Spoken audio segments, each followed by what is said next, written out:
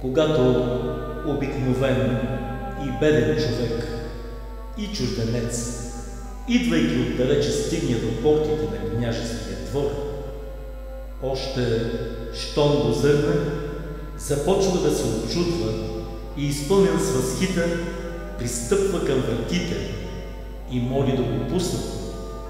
И като влезе вътре, той вижда да се издигат къщи от двете страни, украсени с камък и дърво и изписани. А като влезе в самия дворец и съзре високите палати и църквите, украсени богато с камък и дърво и краски, а отвътре с мрамор и бронз, сребро и злато.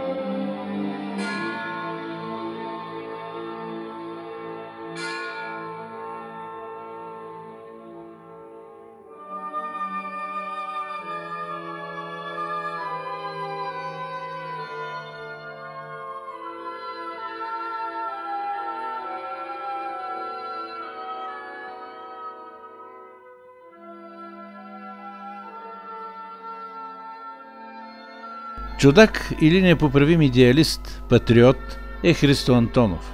Не е археолог, по специалност е ветеринарен техник и е работил само като такъв. Не е преславянин, дошъл е от Лудогорието. Но се вдъхновил и показва величието на древната столица.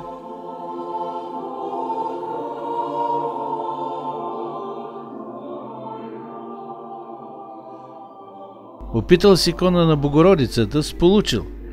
На Симеоновия град посветил 28 месеца, така лекувал инсулта. Проучвал археологическите списания, търсил литература, направил си скици, намерил строителен материал в природата, а от химията ползвал само лепило и лак. В момента правя птици на северната порта. Те са били с две врати, една вътрешна и една външна врата. Правя ги от този материал, това е светчинак, но само че светчинака, когато е оцветян. Той се оцветява, нали, има и тъмен светчинак, има и бял светчинак, то зависи от момента на събирането.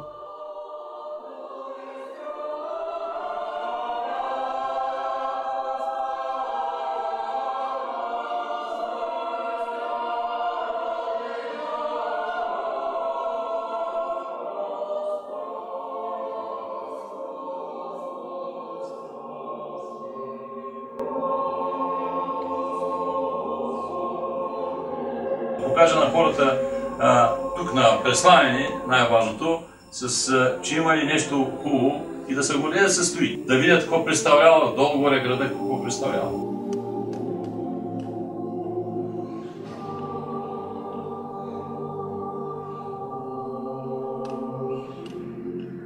Госпога това ми прави най-голямо удоволствие, виждаш, че е свършил с всичко. Нещо си направил.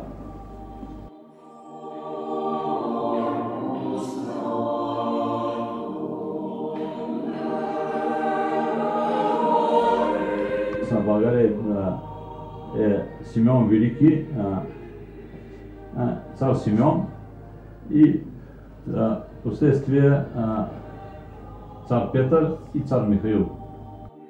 Той е византийски стил. И аз ги спазвам тия граници, както са, защото ходил съм в библиотеката, чел съм доста за Преслав. Стените на долепени до стените на... Вече като го сглобя, тогава се види точно къде, как и що е по... Имало три порти. Южна порта, северна порта и източна порта, като съответно имало два площада. Южен площад, който е бил много красив, още като се влиза.